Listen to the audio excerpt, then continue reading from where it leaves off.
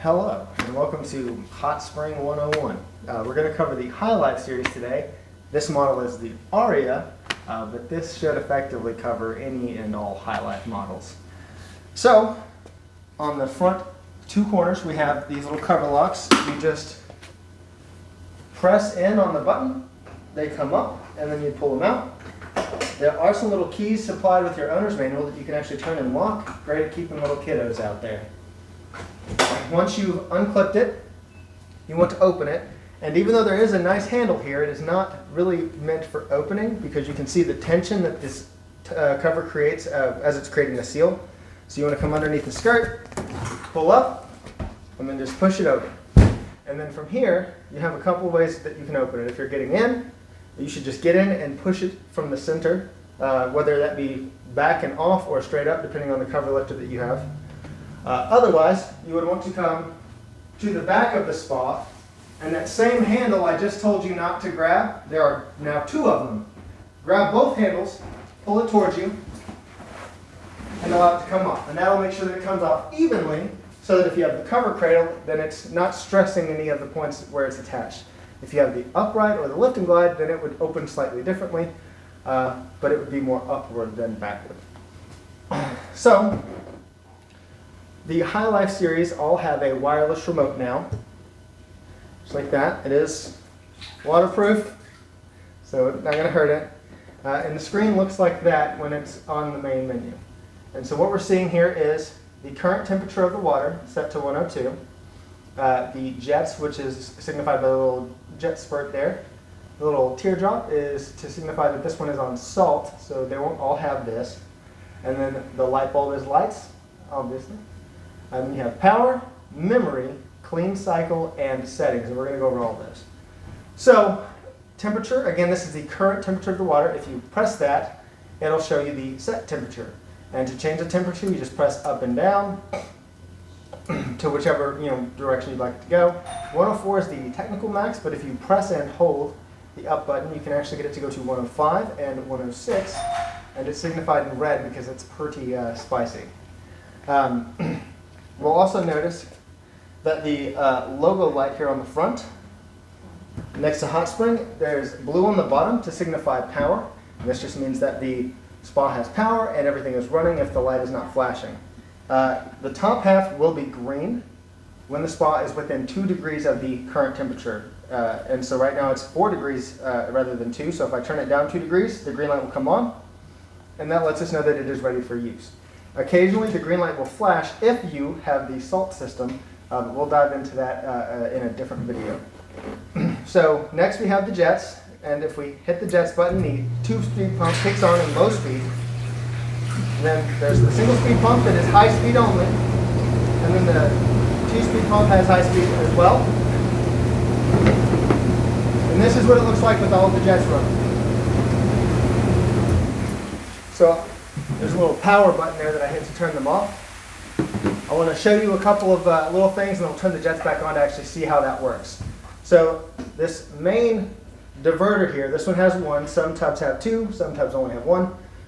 It's called the comfort control knob, and it rotates 90 degrees left and 90 degrees right in order to sway pressure left to right. And we'll show that here in a minute. As you go around the tub, you have other little knobs. The medium knob is the waterfall knob, and so that's going to control the waterfall pressure. Not all of them have a waterfall knob. Some of the smaller tubs that only have one pump won't have a waterfall.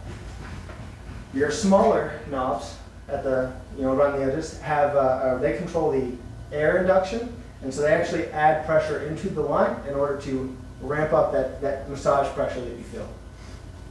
You have 3 different jet sizes in most of the units. You'll have the small jets at the top here, the medium jets just below that, and then the large jets here at the bottom. And you'll see like each seat's kind of configured differently.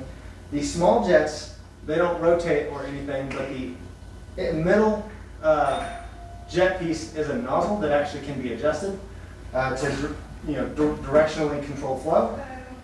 The medium-sized jets, the outside ring of them can actually be rotated left and right in order to turn them on and off. And large jets can be rotated as well, left and right, to turn them on and off. And so if you actually turn all of these off, it might be kind of hard to see in the video. But if I kick the jets on,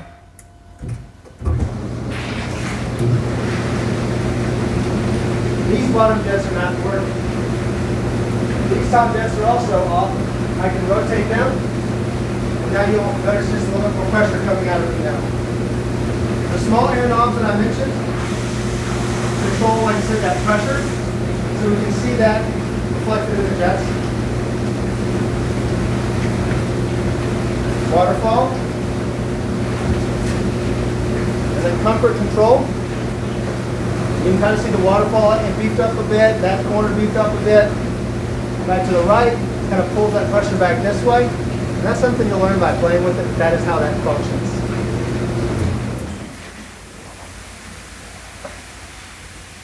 The light bulb here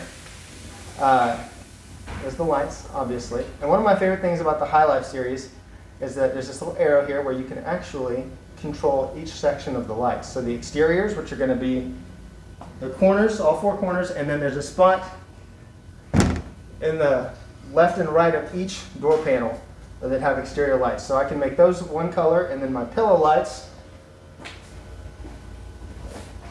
back here, I can make those their own color. The bar tops, which are going to be my comfort control, and around my ovals where the pop-up speakers might go, I can make those their own color. And then the underwater lights, which might be kind of hard to see, but the big dome light in the bottom can be made its own color. And personally, here's my favorite thing. I find the underwater lights to be super overbearing, especially at nighttime when bugs are flying and looking for something bright to fly into. I can turn the underwater lights completely off with the little arrow there. So that now I've just got this ambient glow on the top and around the spa rather than in the spa. And I really like that. And so if that's how I want to use my lights every time that I get in, and I want the jets on every time, then I can hit this little M star. That's memory. I can hit save. And then the next time I come out to get into the tub, I can hit the M star and hit restore.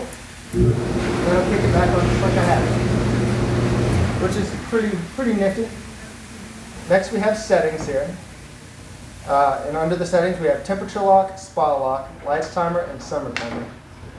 The locks can't just be engaged.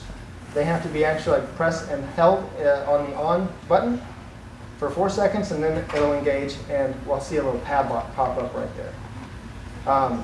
If you come back to the main screen now that we've engaged temperature lock and hit the temperature, we'll notice we can't change it. And so that's great at keeping little kiddos or anything from trying to adjust the temperature while you're not maybe right there with them. And so to turn it off, it's the same, just hold off for 4 seconds. Lights timer, if we kick that on, a little time clock will show up in the top there, and that signifies that the timer is engaged. And what that'll do is, about the time that you kick that on, the exterior lights will kick on for 6 hours. So it's a nice like aesthetic evening feature. So if you want to turn the lights on every evening, you can just engage that at whatever time you want them to come on, and they'll come on at that time every day. And then to turn it off, you just hit off. Summer timer, the intention of summer timer is to prevent the spa from getting hotter than it is intended to get, especially if you live in hotter climates like here in Texas. The excessive heat and sun can cause the tub to like absorb some of that heat or like incur more heat than it wants. And so the purpose of summer timer would be to avoid that. It achieves this by turning off the circulation pump for 2/3 of the day. So for 2/3 of the day we're not circulating water, it's not running through the heater, which is where that goes. If you have an ozone or the salt system, those are not active for those parts of the day, which ultimately just means that the water's not going to look as good as it could or should.